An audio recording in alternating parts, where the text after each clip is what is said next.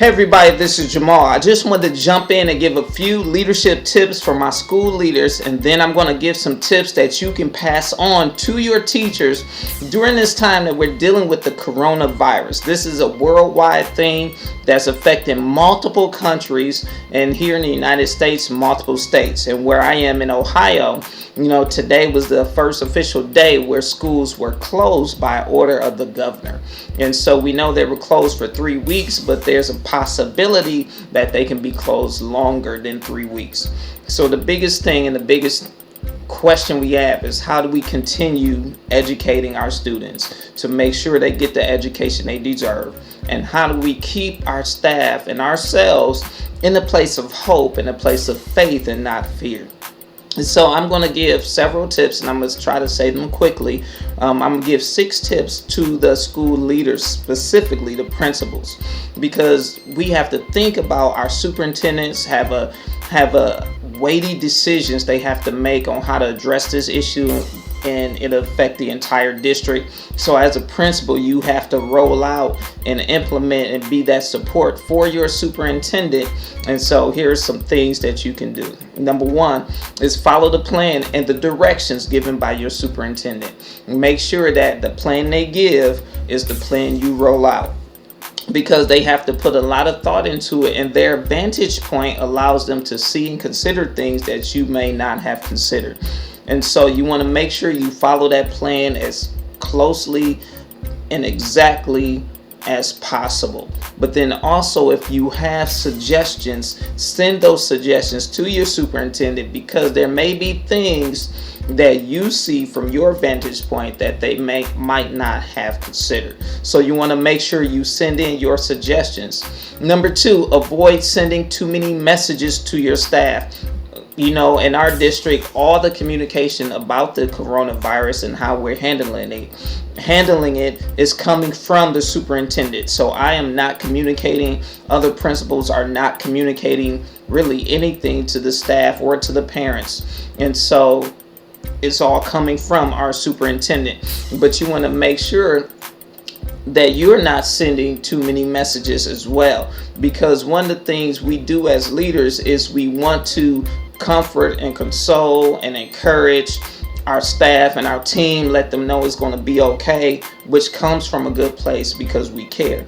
But in your effort to try to comfort them and give them information, too many messages could potentially cause anxiety. So you have to refrain from doing those kind of things. If you want to comfort them, I'll tell you in another, as we go further along this list, I'll tell you another thing you can do. But don't send too many messages, because it could cause anxiety, because social media is blowing up about the coronavirus. The news, that's all they're talking about. People are talking about it. They're going to stores, finding things being purchased out. And, I even saw a video where some people got into an altercation over toilet paper. So it's very tense time. And so you don't want to, in your effort to bring comfort, actually make it more tense. So number 3, when you do communicate, make sure you are clear and concise. And so if you're asked a question, it's okay to say you don't know. And as soon as you find out, you're telling, because the developments are happening daily. So there's no way you can have all the answers, and it's okay not to have any answers, because we're all trying to figure this thing out. Number 4, be calm and do not allow your mind to think about the negative impacts too long, because peace is contagious. Remember, as the leader, you are the thermometer. You're the thermostat, not the thermometer. And what I mean by that is you set the tone, you set the culture, not just gauge it. And so your team and the people that you influence will follow your demeanor, your perspective. They will look to you for a sense of calmness. And so you have to display that calmness to them, even if you and yourself are dealing with an internal struggle. So make sure that you stay calm, and that you keep yourself calm by not thinking about the negative impacts of school closing or quarantines or restaurants closing, thinking about that too long. Try to see the positives. Look at those situations as opportunities to adapt and adjust. Okay, number 5, stay connected with your team. Now, remember when I said in the previous tip, don't send too many messages, and when you do, be clear and concise. Now, when I'm talking about staying connected, I mean during this time where your building is closed probably by order of your governor, or if that's a decision that has happened or is going to happen in your state or in your country, make sure that you stay connected, either through email, Google Classroom, or whatever the case may be. But that connection is not for you to give a direction or to supply information. That connection is for you to be you, demonstrating care.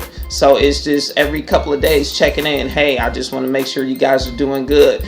Stay in faith. We're going to get through this. Are you washing your hands? That kind of thing. So that they see how much you care, because being there for them will speak a lot, and it will go a long way. And then number 6, which is the last tip for leaders specifically, make sure you're following the recommendations of the Center for Disease Control, and encourage your team to do the same. While you're walking in faith and not fear, but do not be unwise. You want to make sure that you use wisdom. You wash your hands. You use sanitizer. You're keeping your distance. They're using the term social distance, but it's more of a physical distance, away from people. And you're doing those things that you can do to protect yourself, and make sure that you encourage your team to do it as well. Now, I'm going to give 5 different pieces of technology and tips that you can encourage your teachers to use while schools are closed. And I'm going to go through this really quick, because I like to have short videos, because I know as educators we don't have a lot of time to watch videos, and so I want to make this short. So number 1, you can conduct your lesson, or the teachers can conduct their lesson through technologies such as Zoom. Zoom will allow you to teach the lesson through your computer's camera, and the teacher can share their screen. Kids can ask questions through the chat, or you can even ask a question to the students through the chat, and they can respond. They can raise their hand. They can do all of those things. And Zoom is free. There's a free version, but to get some features that you have to pay, but not right now. The CEO of Zoom recently said that he will allow educators to use his software for free, so that education can go on with students. So look into that. Go to zoom.com.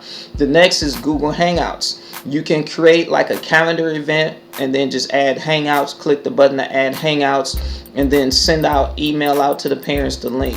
If they click it either on a computer or any mobile device, it can come up, and it'll be just like what I said with Zoom. The camera from that device will allow them to see you. You can see them. You can teach the lesson and even share your screen. Now, if they don't have access to something with the camera, they can still listen, because it has a phone number attached to it as well. And number 3, you could video yourself teaching the lesson, then upload it as a private video to YouTube. So you can use your camera on your laptop or on your computer, or even your phone if you need to, explaining the lesson. If you're good at editing, you could swipe in some slides with an example, but teaching your lesson, upload it to YouTube as a private video, so it's not public, and then just email the link to the parents. And then when the student clicks on that link, they can watch you teach the lesson. And if they have questions, they can, through their parents' email you the questions, and then you can correspond back and forth. Now, number 4, freeconferencecall.com allows you to have free conference calls, so they can call in to the number and you can talk and explain the lesson. But they also have an online meeting option, which is similar to Zoom and Google Hangouts, where they can see you, you can see them, you can share your screen, and you can teach the lesson that way. And so, and the last one, number 5, is you could just simply go live. You can go live on YouTube, or you can go live on the social media platform like Instagram or Facebook. I'm not sure if Snapchat has that, but most of the students that I work with are on Snapchat, but they're also on Instagram. So you can go live. You can let parents know you're going to be going live on YouTube. Create a YouTube channel, and then they can see you They can see you teach live, and then again it has a chat function where they can ask a question and then you can respond. So those are 5 different tools that you can use right now to keep education moving.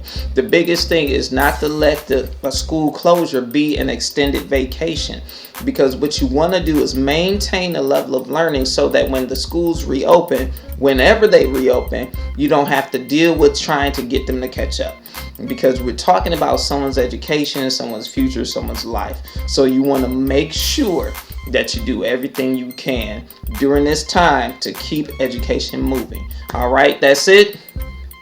I'm here for you. If you have any questions, shoot me an email, jamalmaxim.org. Be successful and be safe.